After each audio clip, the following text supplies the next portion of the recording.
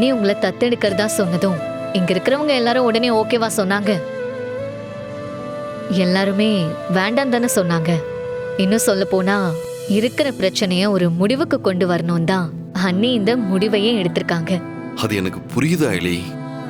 நானும் இந்த பூஜையில கலந்துக்க தான் போறேன். அக்காவும் என்ன செய்யணுமோ அதை செய்ய தான் போறாங்க. இருந்தாலும் இதால சந்தோஷமா இருக்க போறது நீ, நான், அக்கா, மாம்சு, நம்ம 4 பேர் மட்டும்தான். ஆனா மத்தவங்க எல்லாருக்கும் வெறுப்பு தான் இன்னும் அதிகமாகும். நீங்க ஏன் அந்த மத்தவங்கள பத்தி யோசிக்கிறீங்க? இல்ல நான் தெரியாம தான் கேக்குறேன். அவங்க எல்லாம் மாறுவாங்கன்னு உங்களுக்கு தோணுதா?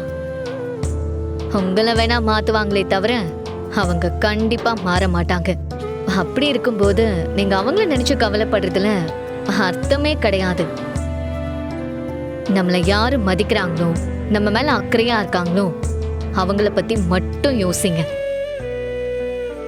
அண்ணி நம்ம மேல வச்சிருக்கிற பாசத்துக்கும் மரியாதைக்கும் நாம அவங்களுக்கு உண்மையா இருந்தாலே போதும். மத்ததெல்லாம் அதுவா நடக்கும்.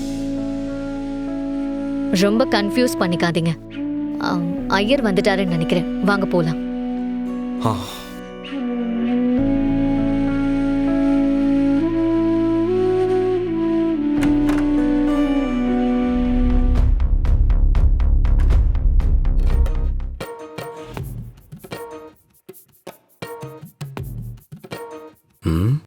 என்னடா ஒரு நாள் வீட்ல இல்ல, அதுக்குள்ள என்னென்னமோ நடந்துருச்சே. அக்காவுக்கு உன் மேல பாசம் இருக்குன்னு தெரியும்.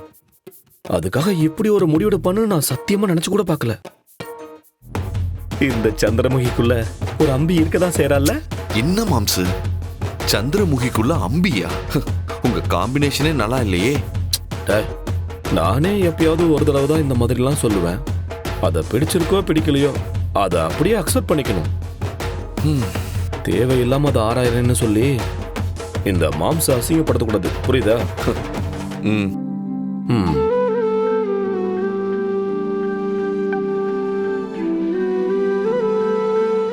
ஐலி, சிவா ஏதாவது சொன்னானா? புரியல அண்ணி, நீங்க எதை பத்தி கேக்குறீங்க? நான் எடுத்திருக்கிற இந்த முடிவை பத்தி அவன் ஏதாவது சொன்னானா? அவரு சொல்றதுக்கு என்னன்னு இருக்கு. நீங்க இப்படி ஒரு முடிவெடுத்தது எங்க 2 பேருக்குமே சந்தோஷம்தான். ஆனா ஆனா என்ன? நீங்க இப்படி ஒரு முடிவெடுத்தது மத்தவங்களுக்கு பிடிக்கலல்ல. சிவா அதை நினைச்சுதான் ஃபீல் பண்ணாரு. மத்தபடி எதுவும் இல்ல. அம்மா, நீங்க 2 பேரும் வந்து உட்காருங்க. சிவா, அக்கா வா வந்து உட்காரு. சரிங்கக்கா. வாமா இந்திரா, உட்காரு.